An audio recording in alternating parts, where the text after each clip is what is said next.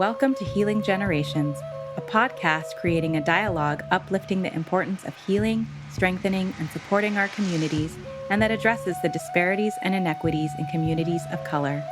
Healing Generations is brought to you by the Healing Generations Institute, a collaborative initiative of the National Compadres Network and the Brotherhood of Yelders. Be sure to subscribe to stay up to date on our new releases.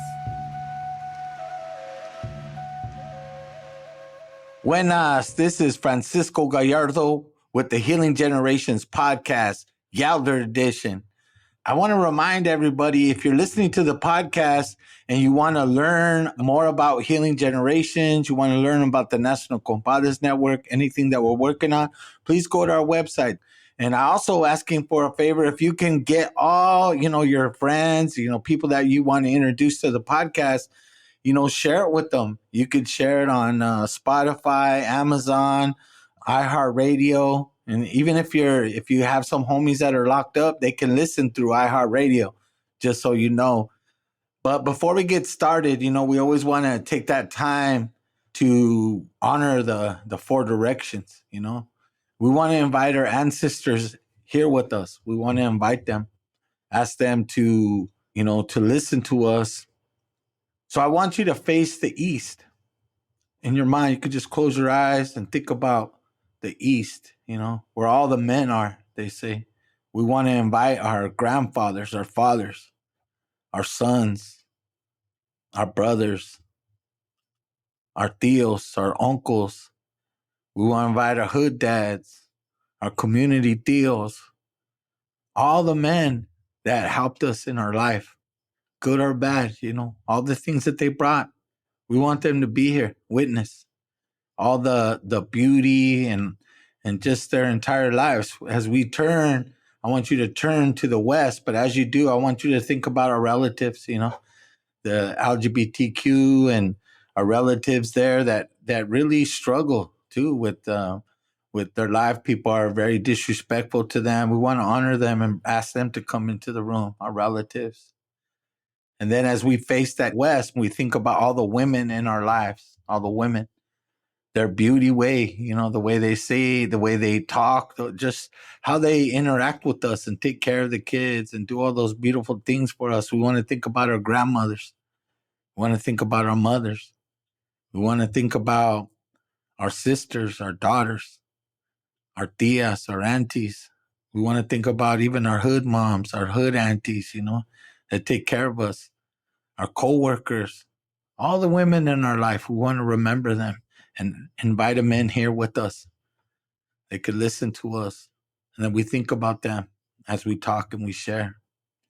Then we turn around and we face the north, the direction of the ancestors, of our elders, those that lived before us, those that struggled, fought, did things on our behalf. We want to think about our ancestors. And we want to think about our elders right now. All our elders in our life, be it your neighbor, your grandma, old teachers of yours, the elders in your community. I want you to think about them and remember them. Sometimes they're lonely. I want you to talk to them, say hi, make them feel important. It's a part of the way. And then I want you to face the south. As you face the south, we're going to think about all the children that were just born, the children yet to be born. We want to think about those toddlers, the elementary school kids, the middle school, the high school kids. We want to think about each and every one of them, all the blessings that they bring to us, and reflect on how they're the future. What are we going to do for them? How are we going to leave this world for them? And then I want you to face the sun and think about the beauty of the sun. It gives us light, gives us all this energy to grow plants, to do all these beautiful things, just being thankful, And then I want you to touch the earth and think about Tonantzin, think about Mother Earth. And whatever culture they call her, they have different names for her, but we want to think about her, that we're taking care of our environment. We're taking care of things around us so we could have this planet for a long time. We want to recognize that. And then we want to think about in the center, the creator, You might call him something different, or she, whatever you call the creator, I want you to think about that. And even if you don't, I want you to think about the blessing of life, just the way it is for each and every one of us. I want you to take a deep breath in. All right, we're ready to get started now. I want to thank you for just taking a little bit of time to honor those directions and just think about our ancestors in that way, as we have this conversation. I got a special guest here. I'm actually in Salinas, California. We're doing a training here, and I came across a young man in the training that, he seems interesting, and he's doing the work in his own community, and he's involved in the training. And I was talking to him, and I thought he'd be a good person for the podcast. So I want you to welcome here, Robert. I'll let him introduce himself. But as you do, Robert, I want you to think about these things. Can you share a little bit about yourself? I want you to think about your family, your background, your journey up to this point in your life. I appreciate you. I appreciate you welcoming me to the space. I'm honored. I'm humbled. I'm glad to bring my ancestors with me and the men and the women in my community that helped me to this point. First off, my name is Robert Daniels. I was born in Seaside, raised in Seaside, born in Salinas to Robert Daniels Sr. and Tanisha McCall. I was actually placed with my grandparents because my father caught a life sentence about my second year of life. And it kind of put my mom into a turmoil, and she kind of really didn't know how to raise me at that point. So I was put into the system. And from the system, I was periodically placed with my grandparents. But really, that's just a piece of my story. Really, I'm just a young man trying to navigate life the best way possible, trying to learn from my mistakes. I'm still a student of knowledge, so just trying to make my way, you know what I mean? So what got you to this point that this part of your adulthood, and I mean, you're on the younger side of the Yelders spectrum, but you're still in Yelder. Yelders put in the work. You're no longer a youngster. You're an adult. You're coming into this. So what, in your journey, what kind of facilitated some of your healing and your willingness to want to help people? It was really bumping the wall, like hitting my head against the wall continuously, like learning from my consequences. And then looking at those around me, like I can teach those without having to go through what I went through. Like seeing the young men that, when I looked in their face, they looked like me. I was like, man, I don't want them to go through what I went through. So how can I change my community and the young men? Was there somebody in your life that inspired you in that way? I mean, no, not really. There's a specific story that I guess kind of enlightened me. I mean, I was sitting in Old Folsom, and Old Folsom got like a canteen fence. So when the yard goes down, the people that are trying to get canteen can kind of still kind of intermingle. So I mean, the yard went down, and there was inside the fence there was an older British man, a black man, older British, but he had like a thick British accent. So like, I mean, his accent kind of like draw me to him. Like, bro, like obviously you're not from around here. Obviously you're like you're not even from America. So like tell me what's up. And he was like, man, I'm a hedge fund manager. Like I came out here to LA to party, and I got into a DUI and ended up killing his passenger. So he ended up getting a 12-year sentence. But he was basically like putting me up on game. Like, I don't want to say he was talking down to me, but he was like, man, where I come from, it's a little different. Like, I don't know if y'all know like how finances work or like what's going on around you. Like he was basically like breaking down, like he was even like saying simple things like, do you see this fence? Like somebody paid somebody to come put this fence in. Like the things that you're doing, like I understand that you want to take care of your family, you want to protect your neighborhood, but he was like, there's a way you can do it without being in the same spot that I'm in. He was like, man, I came here from a mistake, but it seemed like you was trying to get here. And I don't know, just like that conversation just kind of blew my mind. I want to say like it exposed me to a different part of life that I really didn't understand at that point. And I mean, once you got the game, I was like, man, I have no choice but to give it back to the people I love. Was there any truth to what he said to you about you were looking to go there? I wouldn't say that exactly. I think that was his perspective. Like, honestly, I always felt like I had good intentions, that I didn't have malice in the things that I was doing. I wanted the best outcomes. It was just I was willing to do bad things to do it. I mean, to get them accomplished. And I think that was his perspective. Like, y'all are willing to do bad things to get good results. And I don't think that you understand that that's not how life works. Yeah, it's a tough lesson, right? You're trying to just make your way in the world and doing or being a part of anything that's illegal, getting caught up. But before we get to all that, I want to ask you, for you, what does healing mean to you? I mean, healing means a chance to make mistakes and learn from them. Healing means like exposure to me, having somebody tell you what life is about instead of like trying to learn it for yourself, like being Mm-hmm. exposed to the fruits of the world, if that makes sense. Mm-hmm. Like healing can mean a whole bunch of things, and it's extremely personal depending on the person's circumstances. But I really think it's like exposure, having like opportunity, and then I mean feeling human enough to be able to make mistakes and then learn from them. So how did you get from when you heard this story from this man in prison to when you got out and you started making a change? What started that change and how did you get connected in the work in that way? I mean, it was really just looking for it. Really, that's how I kind of see it because I got out with like no type of like direction or like Mm-hmm. how to really start. So it was really just having those intentions in the air. Like I want to find a better way out. But it was really like my community. Like I said, there was an older lady in my community that seen me. Like I didn't know what to do. Like I had a GED, but I didn't know what to do with it. I didn't know how to like go to college. So she kind of seen me running around like trying to do good instead of trying to do bad. And she, I mean, laced my boots like this is where you need to go here, talk to this person. Like you need to get in school. You need to figure something out. Like here, I can get your PO off your back with this. Like start volunteering. Like these are the steps you need to take. Like it was really like having somebody, yeah, really guide me because I don't feel like I could have did it on my own. Even though I had like the best intentions in the world, if I didn't have somebody to guide me down that path, I wouldn't be here. So that first time when she connected you with something, how did it feel? Did you feel like you were faking it? Were you kind of intimidated? How were you feeling?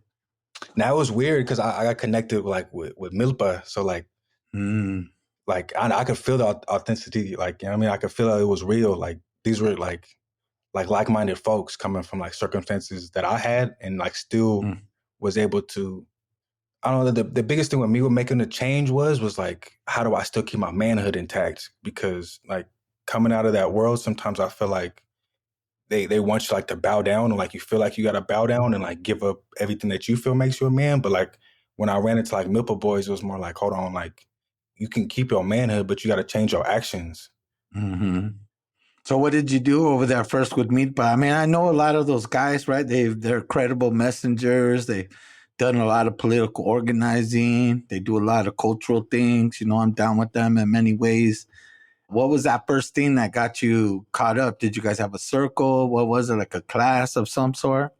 It was a circle. Like that was my first time sitting in a circle and like having somebody like who are you?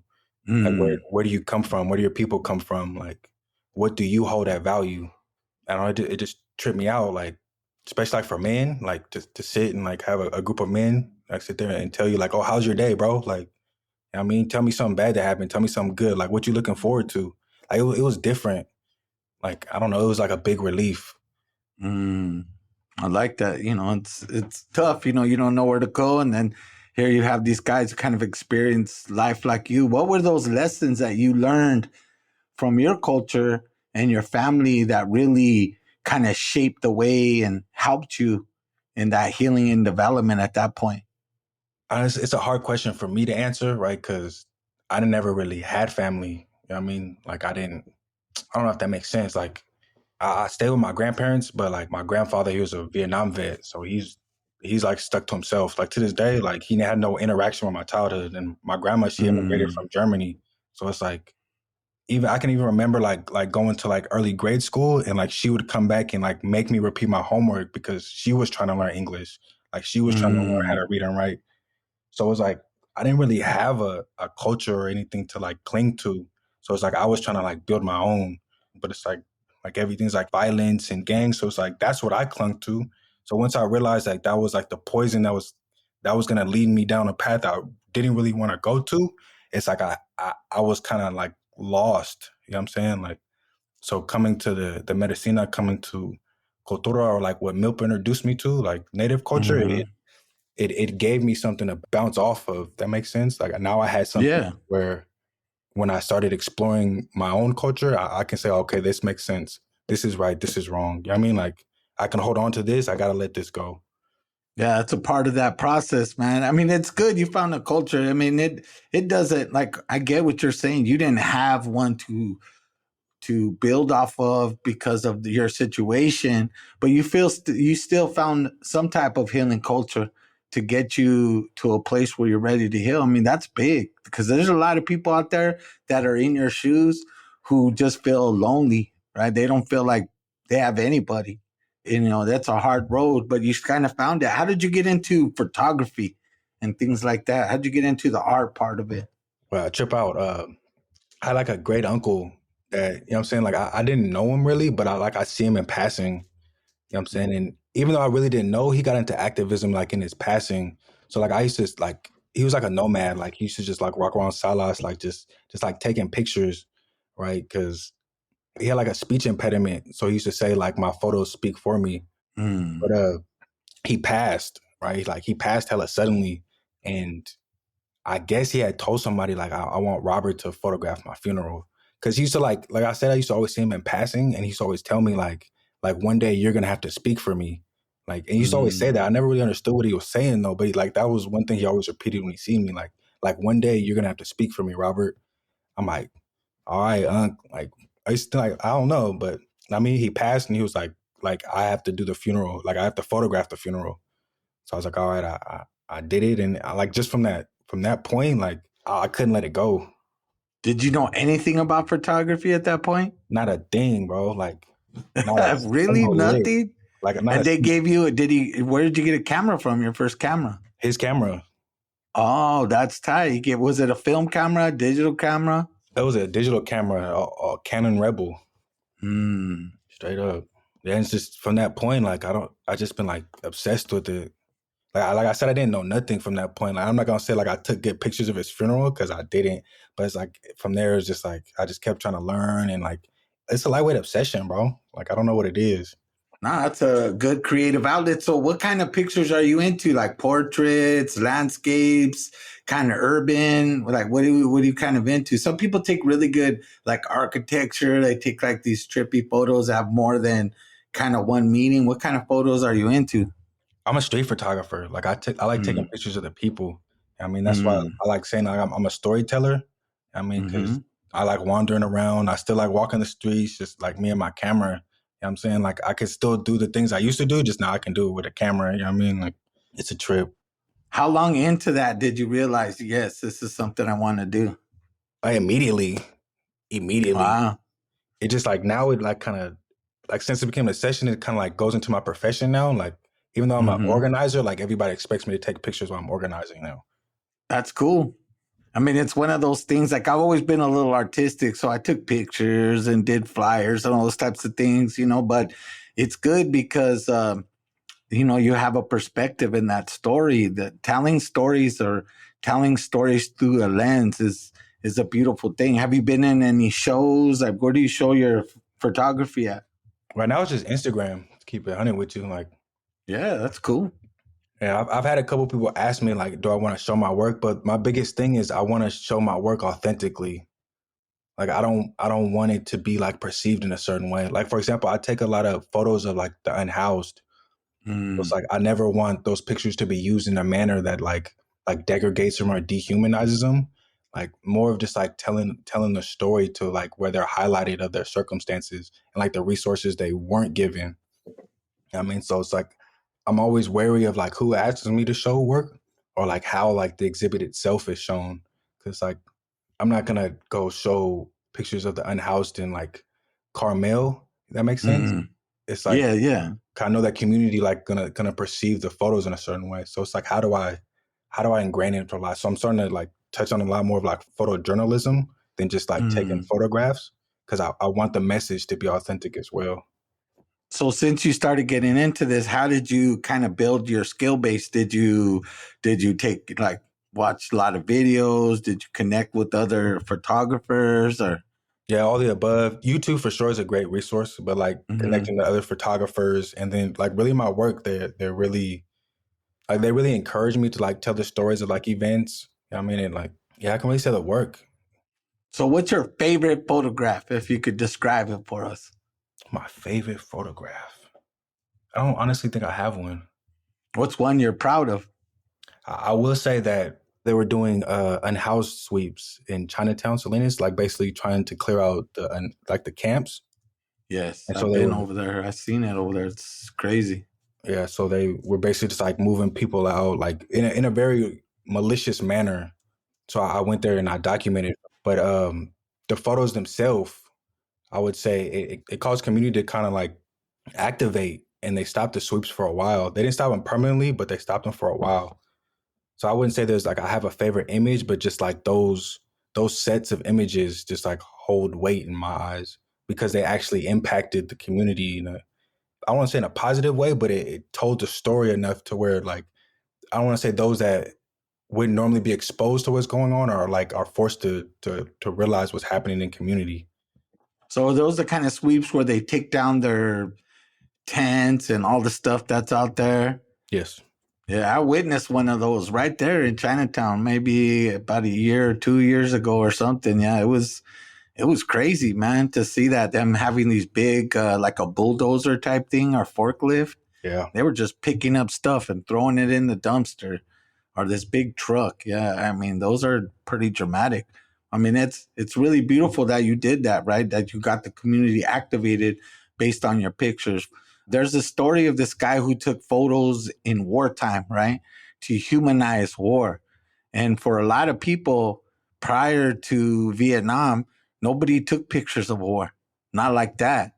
And those images really changed kind of people's perception of the war. What stuff you want to take pictures of that you haven't had a chance, or go somewhere and take pictures? I've been really want to do a story on the agriculture, like the field workers, to be honest with you. I just haven't Mm. found like the best opportunity to shadow somebody. Yeah, that'd be cool. That'd definitely be cool. Yeah, I mean, there's so many different kind of stories to tell. What kind of are you into now? Like taking black and whites, film. What are you into now with your craft as being a photographer? Yeah, on a personal level, I'm 100% film black and white. Like that's how Mm. like my medium, how I tell my stories. I'm trying to work on a project on Seaside, like trying to tell like the story of Black folks because there's been a lot of push out. So like the percentage of blacks in Seaside is dwindling down to like 4% when like historically the records are showing like 30%. So I'm really trying to document like life for black folks in Seaside to really just like tell the story like they're still there, they're still a part of the community because there's no historical representation in our town. And where's Seaside at exactly? How far is it from Salinas? It's about 30 minutes, right next to the beach. And there was a lot of black families because of the military. Why did that become a stronghold for black families to live there? Fort Ord was the first desegregated base by President Ah, Truman. So black soldiers that and interracial marriages, white men married to black women, like interracial marriages, they were all sent to Fort Ord. and that's how your grandpa was with a German through the army. Yep. I see that. So you want to take these pictures, kind of tell people stories. So where does it put you when you got into that? Where does that put you in your healing journey? Like where are you at now? Like where do you want to go in a few years? Do you like doing the organizing? Do you want to just go into journalism? I mean, yeah, organizing is my lifeblood. That's my main purpose. I wanna organize a power project in my community to really tell the stories, like put some data to it. But I'm gonna continue to do my photojournalism as well to like continue documenting the stories, continue to tell the stories of people that really don't. I don't want to say don't have a voice, but don't have their voice amplified how it should be. So I'm on a continuous path. I want to continue to sharpen my organizing, to continue to get people into the work, hopefully get like-minded folks to come in and support and lead their own efforts. Mm. But it's a continual effort. It doesn't start. I still feel new to the movement. So I know I Hmm. got a long way to go, and I want to make a substantial effort, but in a beneficial and an efficient way. So I'm learning my ropes, looking for mentors and continue to keep trucking on until I mean the world probably never be one, but until a good chunk of it, until I do my Hmm. due diligence, do my rights. So, what are some tips for young people that are like, I mean, my wife's a social worker, so, I've heard many things like that, like you brought up about your family. And what tips would you give to young people in that same situation or they don't have any real family, they're kind of just looking for something, what advice would you give them? Because I'm sure somebody like that is listening. If not now, at some point, they're going to listen to this and be like, I was there, or I'm still there. I have 3 tips. Find a good mentor, find a beneficial way to spend your free time, and find a legal way to put money in your pocket. Anything else will take care of itself. Just keep a stable mind, keep trucking forward. Life is going to throw rocks at you. As long as you know how to duck, I promise you'll be fine. Mm-hmm. I like that because that really is what we're talking about, right? How to get those basic victories, keep yourself safe. You're going to get yourself a chance to heal and really build that balance. So, what's one thing you do outside photography for your own self care and healing? Nature, hikes, like get into the woods, smell the trees, like smell the air. Running water, I don't know, running water does something to my spirit. It calms me in a way that nothing else in this world can. Like listen to some running water, go sit next to a river, splash some water on your face. Just get out into nature. I don't think there's a way not to be grounded when all you got is the real world around you. Like get out the city. Get away from your homies for a little bit. It's something that I promise will reset you. I'm kind of anxious on it right now, to be honest with you. I like that. It's part of that, right? Going to be in the mountains. I really miss the mountains. Now, I live in Norwalk. I don't always get a chance to kind of just go somewhere and you could get to the mountains from where I live, but it takes a while. It's not like where I grew up. It's a lot different. But I do feel you on that, just being out in nature. This weekend I'm going to get a chance to do that. I'm looking forward to that. So there's this book. I don't know if you've ever heard of it, but it's called Heart and Hands. It's a book by Luis Rodriguez. And in that book, it's about really changing communities during violent times. And one of the things, he's a writer too. He writes poems, he writes short stories. He definitely has a way with words, but one of his books, he, tells this short story. It's called The Republic of East LA. It's a trip book, but I love the stories in there. But the book that I'm talking about, the Hearts and Hands one, that book really focuses on what it would take to kind of heal and deal with the community that's in trauma, right? And being an organizer, you encounter many of those things, right? You're trying to get people into the campaign of what's going on, trying to get them to move, or community mobilization, all those types of things. You need that work. But in this book, he talks about that. Remember, and today in the training, or one of these days, I think it was yesterday, I talked about enthusiasm. When you talk about photography, I could hear it in your voice that it's a passion of yours. And that enthusiasm kind of drives you. And that driving is what kind of sets where, you're not thinking about doing anything else, even remotely bad, because you have something that kind of has more meaning in your life.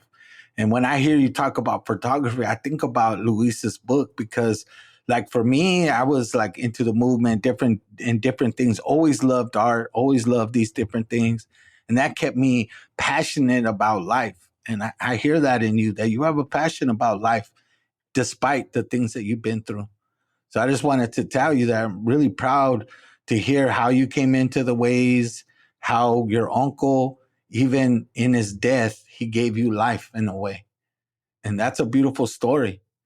Maybe when you put out your first book, you're going to have that picture of your uncle there, your tío, that inspired you or something. You know what I mean? It's beautiful.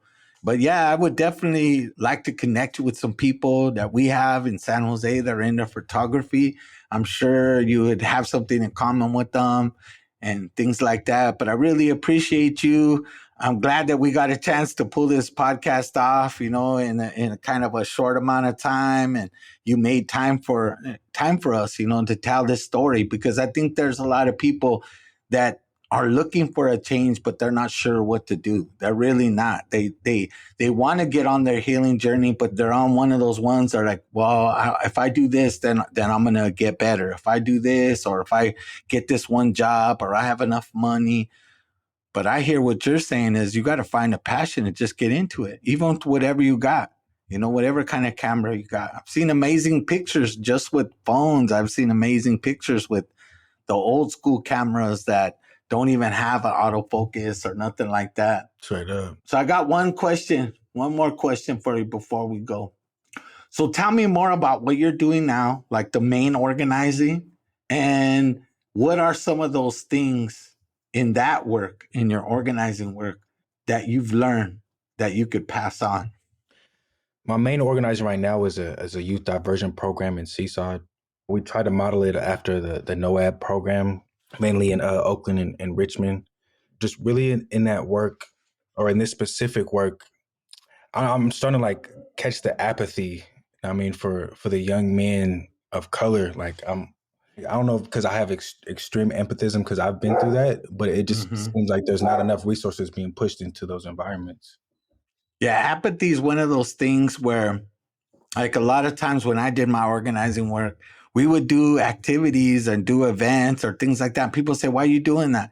I said, "It's to challenge the apathetic people in the community, right? That despite what's going on in the community, in the neighborhood, we still find ways to celebrate. We still find ways to get together. We still find ways to build with each other, regardless of what's happening, regardless of the violence, the over incarceration. We're still building." And to me, that's one of the big things, you know. So I'm really proud of you for doing that, because that takes a lot, especially when you feel some of the people that you're working with don't feel it in the same way, you know. But you'll see that one that gets excited about what you're doing and say, "Man, I want to do that too." You know what I mean? That's contagious. Think about Meatball in that way. Meatball was like that. It was just a dream for a couple of homeboys, and look what they're doing now. You know what I mean? That's the power of that passion. It's the power of wanting to do something better. So I want to thank you again, Robert, for, you know, sharing with us and giving a little time. And if people wanted to find you, where should they go? Facebook, whatever, however you want people to find you, your work, even if it's just your organization that you work with. I mean, I work for Building Healthy Communities of Monterey County. Personally, my photography page is Seaside Trub, SEASIDETRUB. Well, I appreciate you. We'll stay in communication, and I love to hear the work. Yes, sir. I want to remind all the relatives again, please, if you haven't done it already, please share the podcast. Even do a rating, a favorite, a subscribe. Each platform does it differently, but I want you to think about that. Think about a way that you can share it. And if you have any suggestions for guests or topics, please send us an email. You could send it to the podcast email on our page. You could send it to me directly, cisco.gallardo@compadresnetwork.org. And, that's how we build community with each other. A rato and palabra. For more information about Healing Generations and the Healing Generations Institute, visit nationalcompadresnetwork.org and be sure to subscribe to stay up to date with our new releases.